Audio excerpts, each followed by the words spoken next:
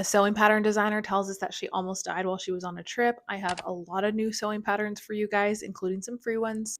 And we'll have a little chat about this Chanel dress and some of the history behind it. Starting off with some sewing algorithm chat. Allie Marie, one of my favorite pattern designers, she has a lot of beautiful dresses that she both designs patterns for. She also does some drops and sends out the dresses that she makes to people who purchase them. She shared this video talking about how she was in Japan on a trip with some family and she got really sick, ended up in the hospital. And in this video, she said that she basically nearly died. The conclusion of the video, however, was good news because she was okay.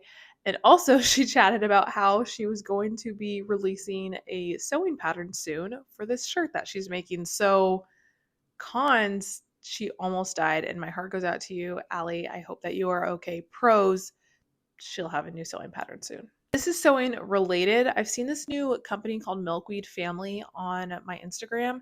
Now they are selling these kids pants. What I like about them and what I feel inspired about is that they have this sewing pattern that has extendable pants, cuffing them with just a couple tacks, and then it seems like they give instructions to lengthen them as your child grows. Same with the waist. The waist appears to be extendable. So that's a pretty cool concept.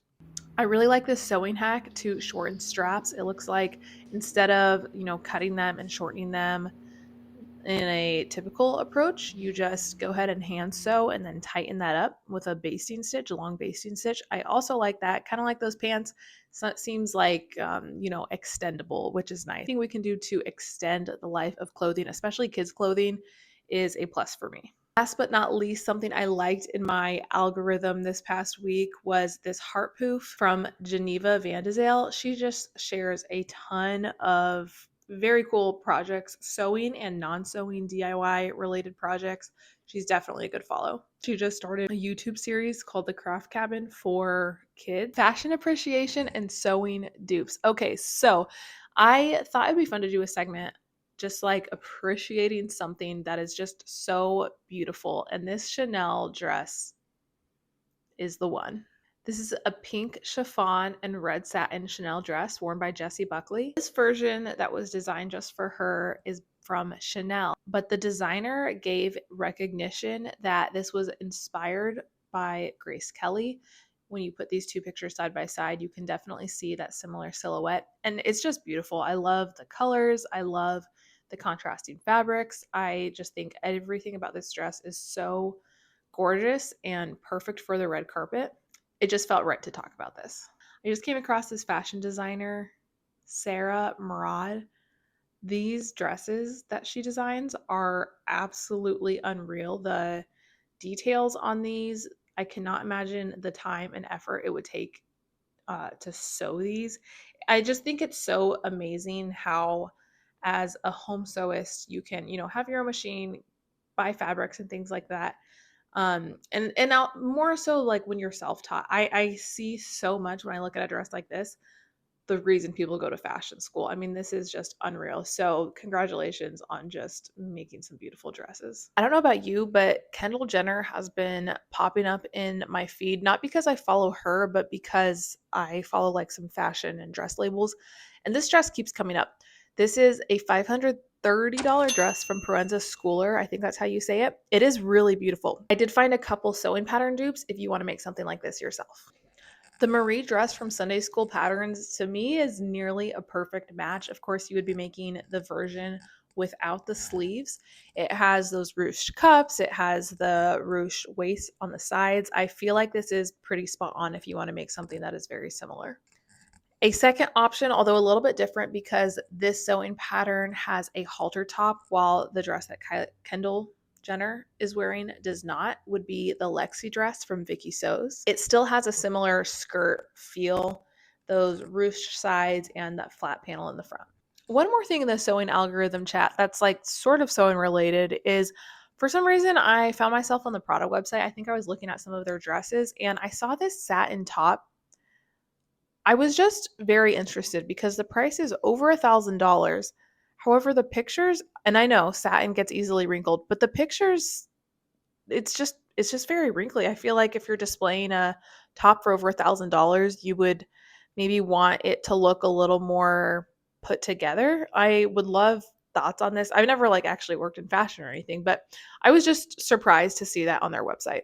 Also, can't forget to mention that there were 2 new sewing magazine drops this month. I mean, I think there's a lot of, sewing magazines that are coming out monthly, but these 2 really stand out to me. Tauco, which I had not heard of until just a few months ago, but what I do like is that I am able to get it on Hoopla, which is a app that you can get through your local library where you can get free downloads for books and audiobooks. I use it all the time, and I was really happy to see that I do have access to this magazine. The second magazine that just dropped is Fiber Mood. They have, I want to say, like 12 new sewing patterns in there.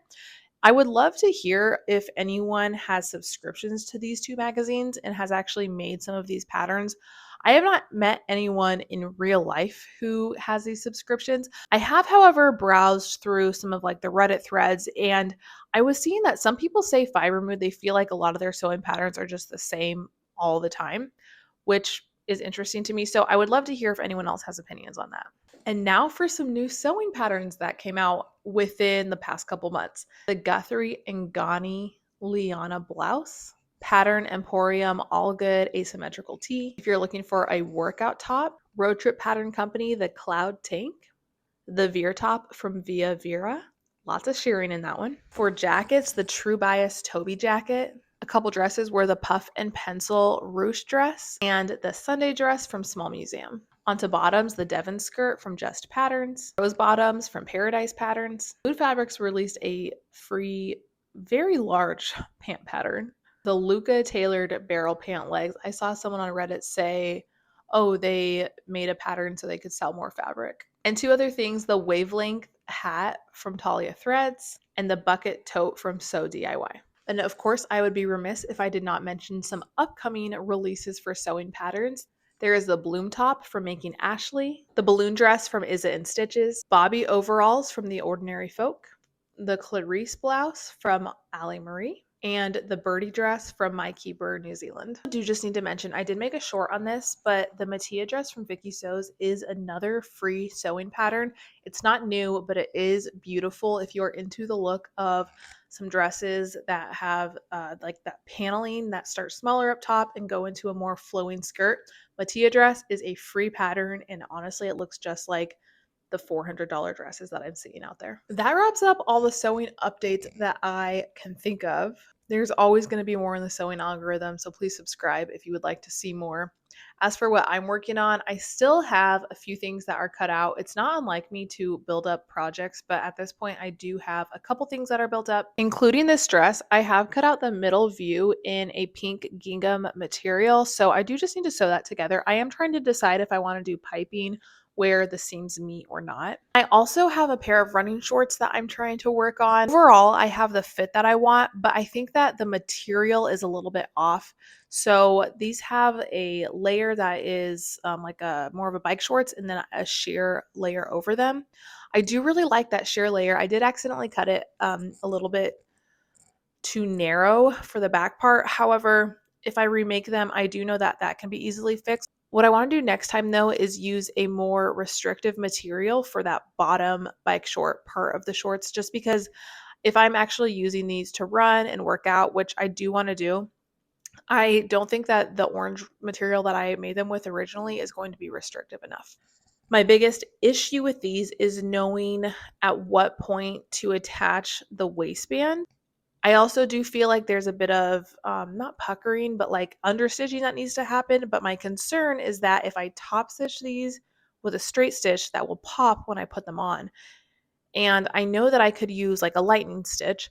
However, even if I did that all the way around, it would still pop, right?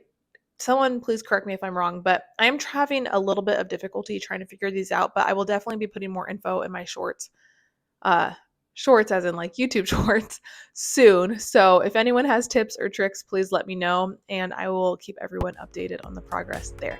Thank you for being here and I hope to see you next time on the next round of this.